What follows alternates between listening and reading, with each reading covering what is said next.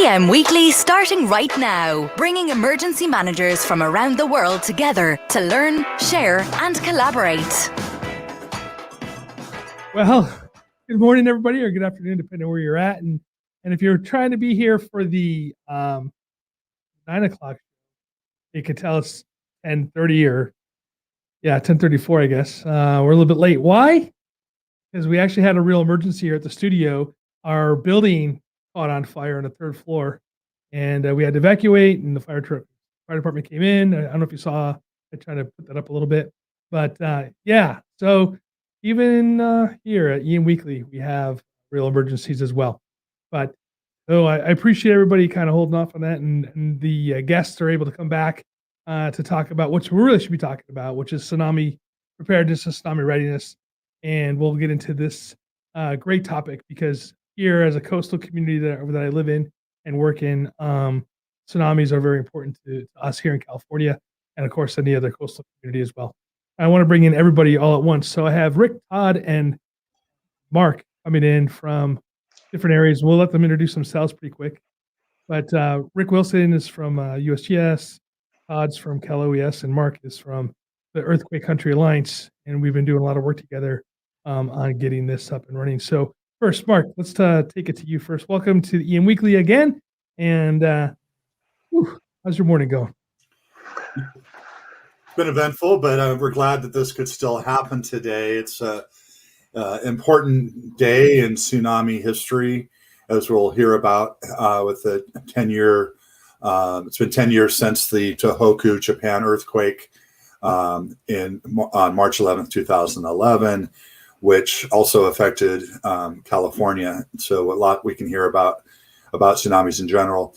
I'm at the Earthquake Country Alliance, but that is actually headquartered also at the Southern California Earthquake Center at the University of Southern California. So Todd, great name, by the way. So. Thanks, Todd. Yeah, it's great to be on there. We're glad to hear that you were safe after the fire today, and that I thought we might get bumped for some fire personnel that were at the station there. So glad you're still willing to talk about tsunamis, because as Mark mentioned, today is a significant day. I'm in tsunami history. I work for the California Office of Emergency Services in the Earthquake and Tsunami program. I happen to be located in Eureka on the north coast of California, and staff from my group were spread throughout California in our tsunami prone areas. Absolutely. And Rick, welcome to the show. Oh, thank you. I'm Rick Wilson. I'm with the California Geological Survey, and I'm the tsunami manager there. We are responsible for the 1,100 mile long coastline that we have, and making sure that we understand the hazards correctly and work closely with Todd and others at Cal OES to prepare for the next tsunami. But as everybody's mentioned, this is a critical day, and it's a good day to remember what happened 10 years ago, as well as what we've done since then to try to improve things. Absolutely. So let me frame this a little bit here on the tsunamis, specifically, here in the experience that we've had in California. And I want to talk about two different tsunamis that kind of impacted us. And one was the Chile earthquake, and when I was at Seal Beach, we actually watched it subside, pull out. I remember hearing over the radio as it was coming up the coast, and Dana Point got hit and ruined some of the boats over there, and we watched our beach. It was kind of interesting, and it looked like a washer machine coming back in. It was like the very tumultuous water, just looked like a set of washer machine going around. So that was our first. And the interesting part about that one, it was a -2 foot, I think, tide that day. And the next day, we had a king tide, and then we still had issues from that tsunami, which people didn't think it was a tsunami, but it really was, washing into Sunset Beach, Huntington Beach, into the harbors, ripping boats off their moorings and stuff like this. So we are impacted by tsunamis. And then for today, and let's go back in history, I remember getting that phone call from the watch commander. It was in the evening. I was getting ready to go to bed, and they said, "Hey, there's a tsunami in Japan." And I picked up the phone, said, "Okay, great, let's go." Headed into work, and I called up my partners in Orange County up at the operational area. Said, "Hey, we Japan just had a tsunami. We're probably going to be under a warning. And lo and behold, another tsunami hit the coast of California. And again, interestingly enough, people came to the beach on both one of those, came to the beach to see the tsunami. And as we try to keep the beaches clear. So I think this is really important for emergency managers all over the country to know what to do when we have these tsunami warnings, and how even like inland, like Riverside County, Indio, all those, they're going to be impacted because people are either going to leave to go up there, or two, they're coming down here to the beaches to see the tsunami. So let's kind of start with there. So Todd, I want to start with you on that. On that day, what was Cal OES's kind of response to it, and how did you guys ramp up? So, I wasn't around during the Chilean earthquake and tsunami that you're speaking to, and I actually wasn't around in 2011. I've just come on to Cal OES in the last couple of years. However, I've been involved in tsunami planning and preparedness on the North Coast for quite some time. But I can say that, in general, the state, we do have tsunami protocols and procedures in place for tsunami that we're ready for now, and we're likely being implemented then. And so if, the National Tsunami Warning Center is forecasting a warning or advisory stages where flooding is expected to occur on dry land, or hazardous conditions may be occurring in or very near the water, like you were mentioning, when it's coming in at low tide. Sometimes it might not be inundating the land, but we're still going to be getting hazardous conditions in our harbors and our ports. The state, immediately starts participating in conference calls with the National Tsunami Warning Center. And in turn, we then facilitate conference calls with our coastal emergency management personnel, to relay that tsunami event information. And as that data continues to come in regarding the tsunami event, the state's going to partner with the National Weather Service, and through some methods that Rick's group at California Geological Survey, and the National Weather Service have developed to estimate flood estimations for many of the coastal locations using a tool they've developed called FASTER. And that FASTER data, FASTER calculation includes data about the forecast tsunami wave height, the tsunami arrival time, and they use that to estimate the inundation for those coastal areas based on tidal and storm conditions. Like you mentioned, the king tide that day, those things come into play, and other site-specific conditions that can estimate the time of the tsunami arrival. And then we're using that information and relaying that to our coastal emergency management partners, such as yourselves that were on duty that day, to distribute the suggested minimum evacuations based on this information. And then we will, and then the local emergency management will start to coordinate where they need to, block off roads, where they need to knock on doors. And those are the kind of method processes we have in place. Awesome. And I think really important for us that are on the coastal community to be talking to our state partners as well, and working together with them. So Rick, coming from your view, and I know that you went to Japan, and I want to kind of get a little bit more about that. I think when we think about tsunamis, in Hollywood has always done a poor job of preparing people. They always take this huge wave cresting over, and people, I'll surf that wave, and it's not what it is. What exactly does a tsunami wave look like? And of course, what we saw in Japan, and how would that impact our coastal communities? Yeah, that's a great question, because we do get our public confused quite a bit by what they see from movies and TV. But basically there's a difference between your normal wave sets that you see from wind waves, where you have a curling wave that's crashing every couple minutes or less than a minute, and a tsunami. A tsunami is a surge with a wavelength that lasts for 20 minutes. So it's almost like, I like to compare it to taking the earth and turning it on its side for 20 minutes and then turning it on its side the other way. So you get a flood of water coming on shore and then a flood of water going offshore.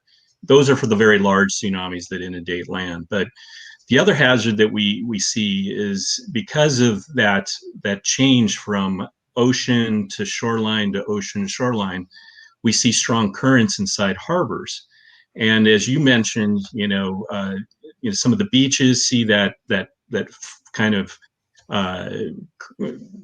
turbulence in the water, but harbors see it the worst when it's that kind of size. So even a foot high tsunami can do a lot of damage in a harbor. So we work with a lot of harbors on that. The 2010 event you mentioned, I was working that day, and afterwards we sent information out to try to collect how much damage there was. We had damage to 3 harbors, I think, significant damage, and then it was on the order of about $2 million. However, in 2011, we did the same thing. We sent field teams out, collected data, came up with 27 harbors in California, and it was $100 million worth of damage. So even a little bit bigger wave can create a lot more damage. So these tsunamis are more like surges, they're more like floods, and less like the typical curling wave we see. Hey, Todd, I just want to share something I learned when I went to Japan, and based on what Rick just said, that the mythology or the way that they people in Japan, many years ago, 1,000 years ago or so, thought about tsunamis is exactly that tipping of the earth that Rick had mentioned. In fact, what I learned is they would go to a sacred place inland and do some sort of ritual there in order to get the earth to tip back. And then they would come back and the water would have gone out again. So but they had that notion of the earth tipping for those types of events, which was apparently similar to what I then also heard to a Pacific Northwest native beliefs too. So and that tipping is really, in a sense, what is happening of sorts with the ocean floor rising up in an earthquake, pushing the water in, and then the water then just going back out. But that it's not really tipping back. It's just that the water is flowing back out to sea. So a couple of things on the Japanese tsunami specifically, and Daniel Ulrich in his book Black Wave really gets into some of the interesting parts of it, that the old timers say, I don't know how many years ago, hundreds of years ago, whatever, but markers saying don't build below here, and they did, and everything that was built below that marker pretty much got destroyed, and everything above it was safe. And then the other part, which I find interesting, is there was just as much damage inland due to the wave going up some of the rivers. And can you talk about that? I don't know if Rick or Mark, if you want to take that, but just that parts of like what was damaged, what wasn't, and why. Yeah, I my experience over there, I can kind of account to both of those. One of the locations I went to was called Aniyoshi Bay, and it had one of those stone markers that said, "For the safety of your elders and your children, build your houses above this stone." That stone was at 150-foot elevation, and so that community had built. That was because of a tsunami that had happened in 1933. They had built their community further inland. When I went down into where that location was, that bay, it was kind of the perfect storm of tsunami. It had a very V-shaped opening to the bay, so everything got funneled. The topography and the bathymetry just made that wave go right up into these canyons, and it got up to 130 feet elevation at that location. So that community was saved because of that stone that happened, they constructed back in 1933.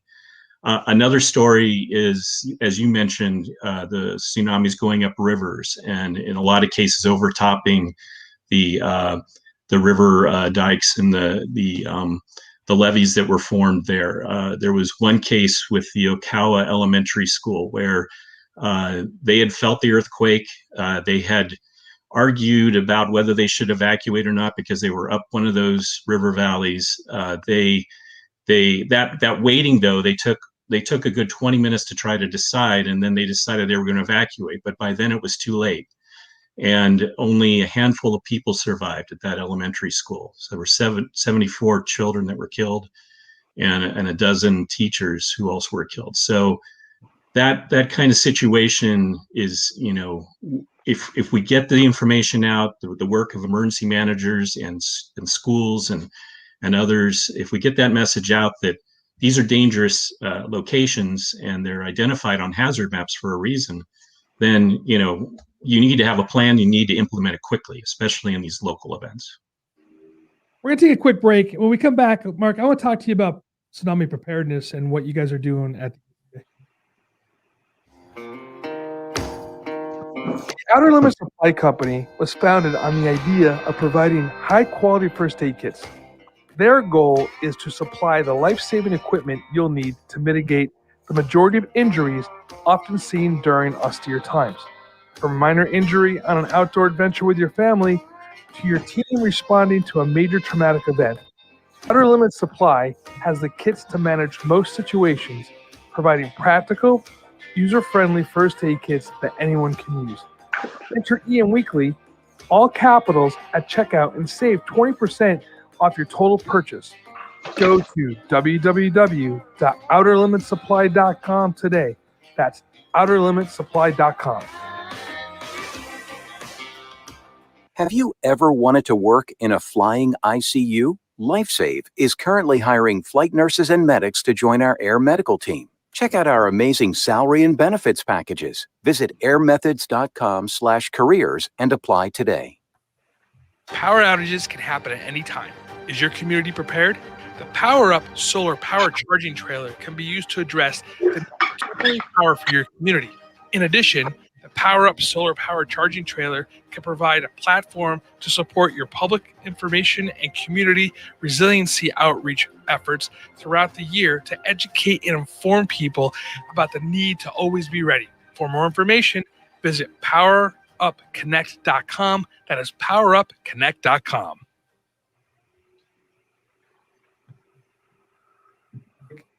Oh, there we go. Welcome back for that quick break, and thank you for listening to our sponsors. Because without them, we could not bring you this quality content. And just let you know, the people that are hiring for nurses and EMTs right now and paramedics, that right there, I think it's a great opportunity for you guys. So it's a PSA that we're putting out for them. So please check them out if you guys are looking.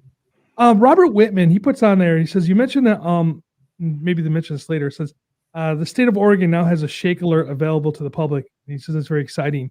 And then, going back with Shake Alert and what we're doing here in California and with the ECA across the country, what are we doing specifically for training people for what to do during these earthquakes and what to do during the tsunamis, and what resources are out there for people that are looking for training?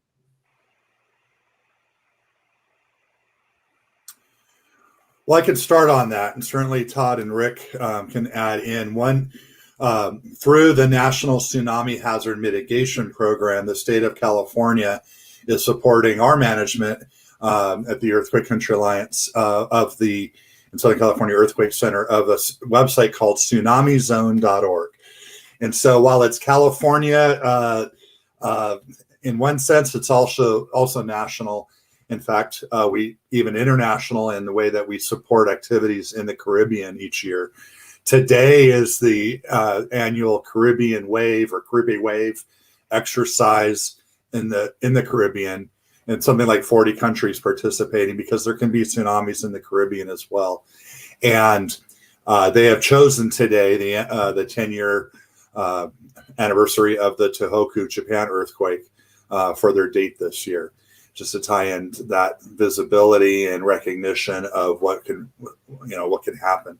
In California, we encourage people to register their activities that they're doing for tsunami any day of the year, but especially during Tsunami Preparedness Week, which is the last week of March each year in California. And that's March 22nd to the 26th this year. And that's similar to Shakeout. In fact, that's why we're hosting this website. We also host the Shakeout website for California and around the world. And the same idea of, if you're doing something for Tsunami Preparedness Week or other activities, to let us know, to register what you're doing, how many people. It's a way of encouraging even more people to take part, when it's based on social science and marketing principles of of it. If people see other people doing something, they may do it too, and they can also ask questions and they can see good examples. And so if you go to TsunamiZone.org, that's you'll be able to register your activity. You'll see a variety of activities that you can do. In many years, we encourage people who are living right along the coast to do a tsunami walk, which is really to test what it would be like if you have a warning of whether you feel strong shaking, you drop cover, hold on, and then immediately move inland or to high ground, or you get that official warning that something is coming perhaps from across the ocean, and you'll have a few more hours perhaps than what you might feel in an earthquake that was right offshore, and that shaking is your notice. But either way, it's about practicing through a tsunami walk how you would actually walk, not drive, to a safer spot. And I know what's really important work being done right now across the California coastline is to update the maps of the potential inundation areas and also add in routes to get to the areas of higher ground. And that's something that certainly Todd or Rick could talk about. Let's talk about that a little bit, because you know, as you drive around the California coast, and I've seen it other places as well, even in Long Island, where I used to live. There's the tsunami warning signs that are there, and the evacuation routes and things, and so it's not always just about going 2 miles inland or whatever. It's also vertical evacuation if you need to. There's other ways to avoid the wave, if you will. Talk about that, and Todd, I think maybe you could pick this one up. What's the state doing specifically for resources for communities on the coast to be able to put those warnings out, the signs, and whatnot? Yeah, that's a great question. And there, when Mark was talking, it came to mind. I wanted to bring up, the Tsunami Ready program. And the state of California partners with the National Weather Service and provides support to our coastal communities in developing tsunami-ready coastal communities. And maybe some of the listeners are familiar with the National Weather Service Storm Ready program. And Tsunami Ready is similar to the Storm Ready program, where the National Weather Service recognizes communities who have voluntarily met criteria to improve public safety before, during, and after potential tsunami events.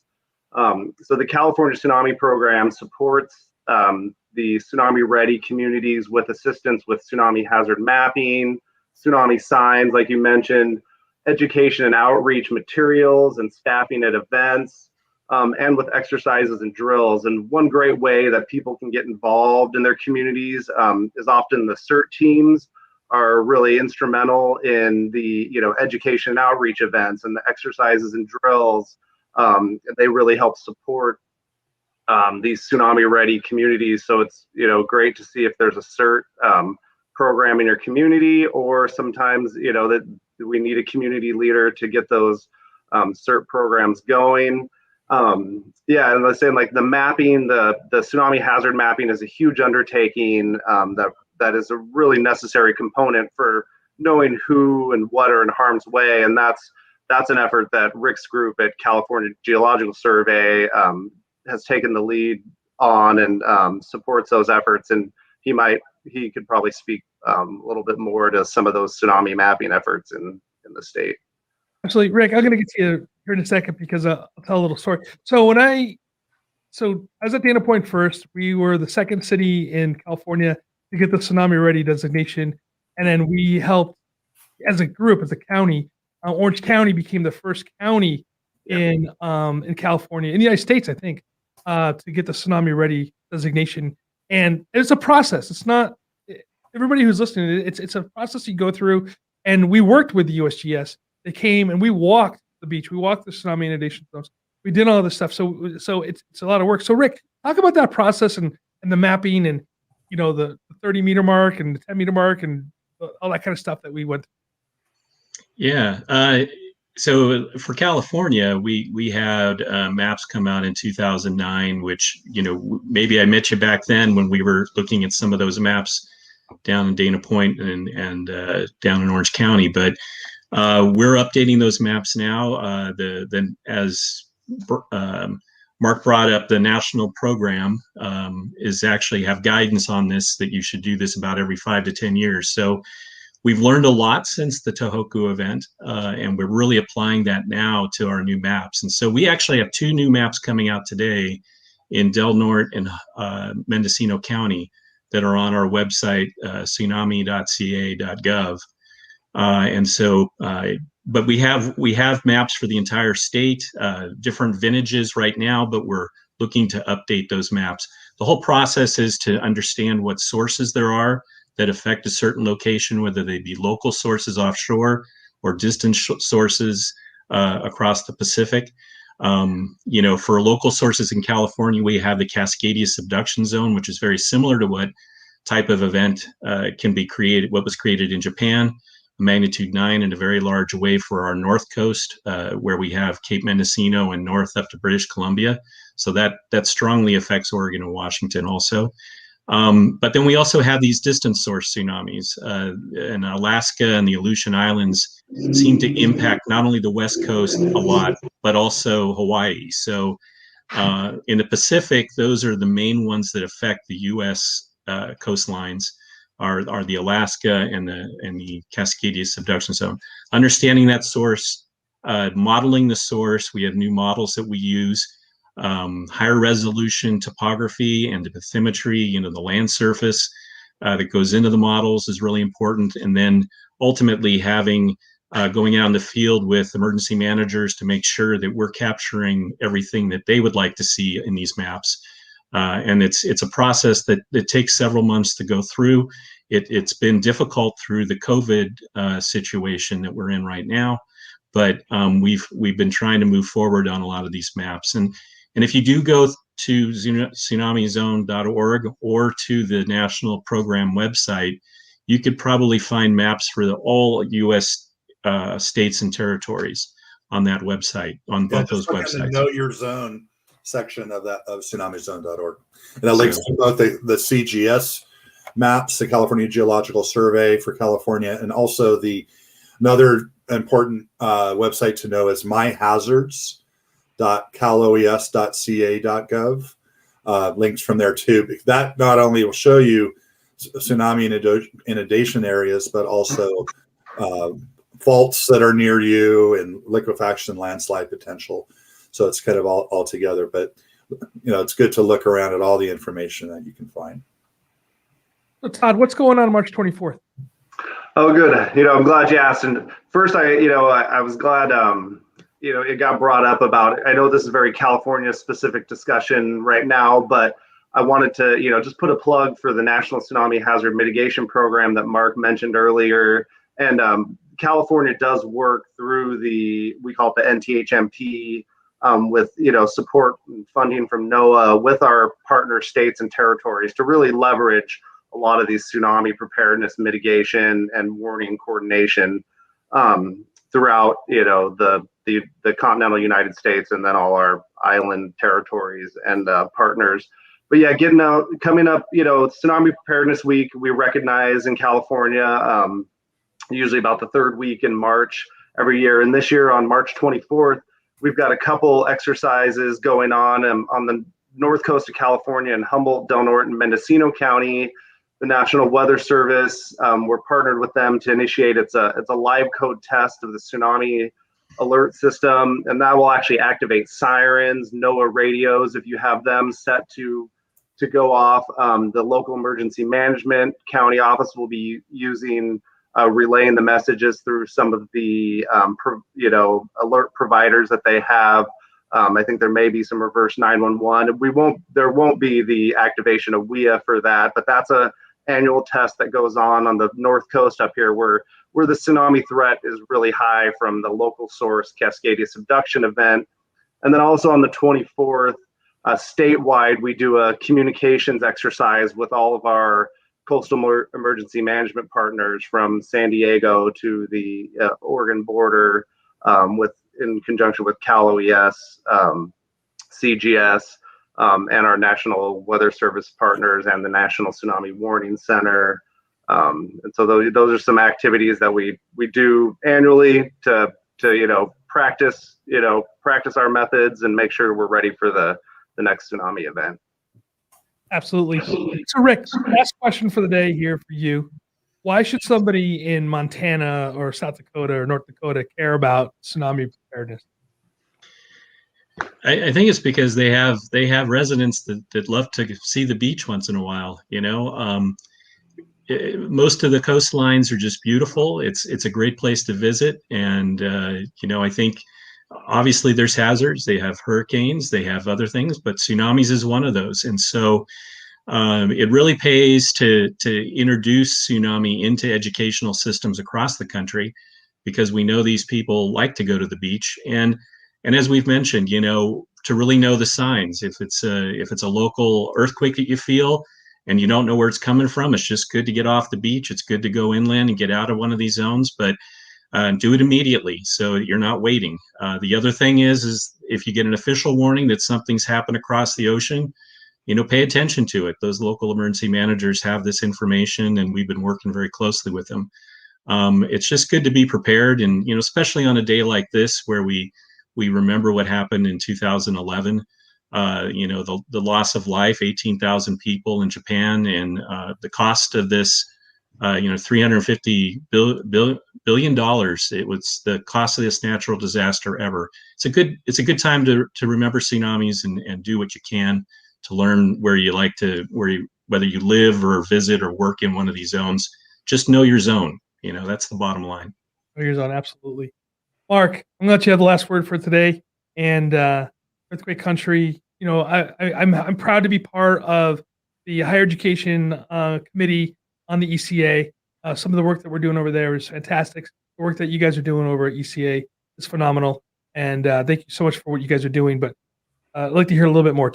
Thanks, Todd. Well, the Earthquake Country Alliance has regional groups in SoCal, the Bay Area. The Central Coast is new, but our longest standing group has been around since 1991. That's the Redwood Coast Tsunami Work Group, and I encourage everybody to go to their website. Just Google Redwood Coast Tsunami. It'll come up. The actual name is quite harder to remember, but Redwood Coast Tsunami Work Group.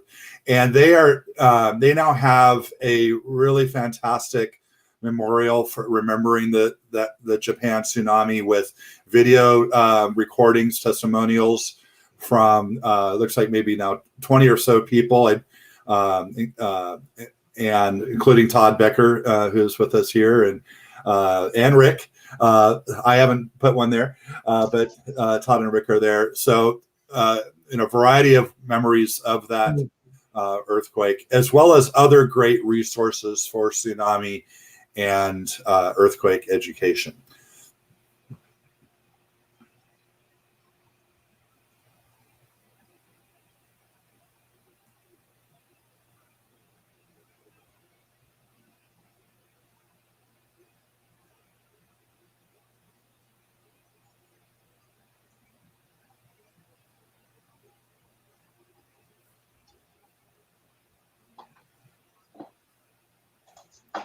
Todd, we can't hear you. Todd, you're muted. I see your microphone is muted. Todd. Oh, maybe he's finishing the show. Okay. I don't know when he. And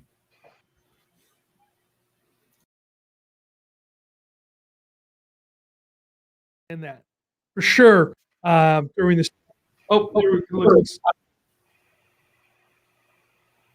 Mark, you're back. You gotta love technology, right? So I was stretching on the memorial, which I think is important, right? I mean, like today is a day that we should reflect. I mean, and I know that we were impacted here economically, but for sure, our brothers and sisters in Japan, were really impacted with, and it's still impacted over there today. If you read the book, the Black Wave from Ulrich, he goes into some of the social and economic aspects, and so the social part of it, I think, is the important part that we should remember as well. So, Mark, please continue. Well, I don't know when I got cut off, Todd? Should I? I think the last thing I heard that that the memorial is on the Redwood site. Yes.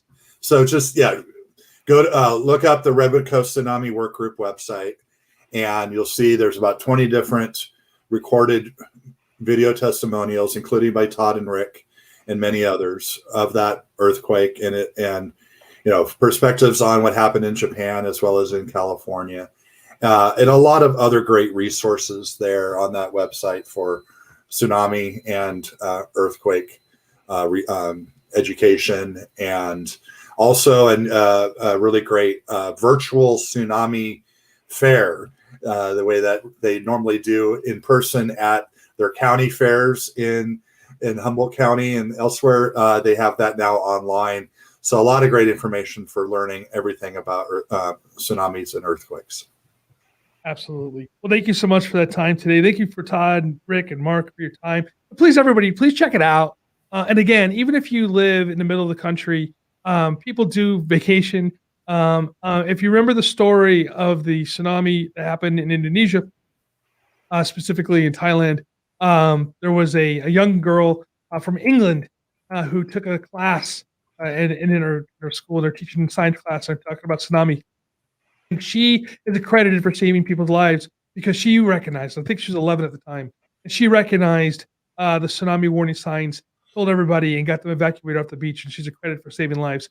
So just because you are not living on the coast doesn't necessarily mean that you won't be impacted by tsunami. Thank you very much. Thank you for your time today.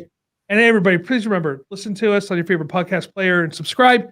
Give us some a rating if you would. I'd love to have 5 stars. And follow us on Facebook, YouTube, LinkedIn, and we'll see you next time. Until then, stay safe, stay hydrated.